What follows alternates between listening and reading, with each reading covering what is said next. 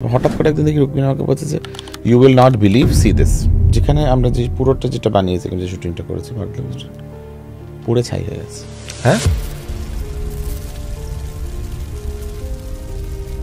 আর কেউ শুটিং করতে পারবে? কি বলছো? বিশাল বড় সেট ফেলা হয়েছে, পুরো কার্নিভাল স্ট্রিটটা বানানো হয়েছে, বিনোদিনীর বাড়ি, বিনোদিনীর ছোটবেলা তোটা হলো, সব শুটিং হলো, সব কিছু হলো।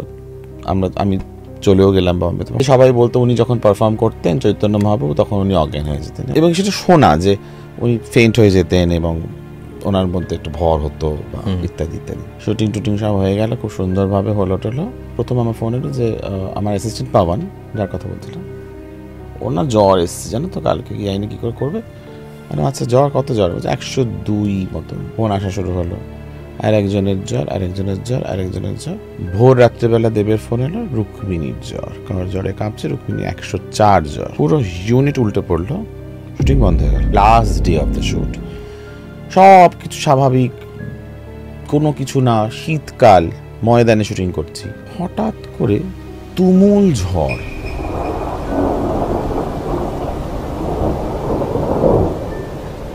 তারপরে দেখি কিছুক্ষণ পরে নিজে থেকেই ঠিক হলো, আমরা শ্যুট করলাম, লাস্ট সিনটাও হয়ে গেল। আমাকে রুক্মিণী বলছে তুমি এদিকে এসো, বুঝো ওই দেখো, বলে আমাকে রুক্মিণী দেখালো আকাশের দিকে।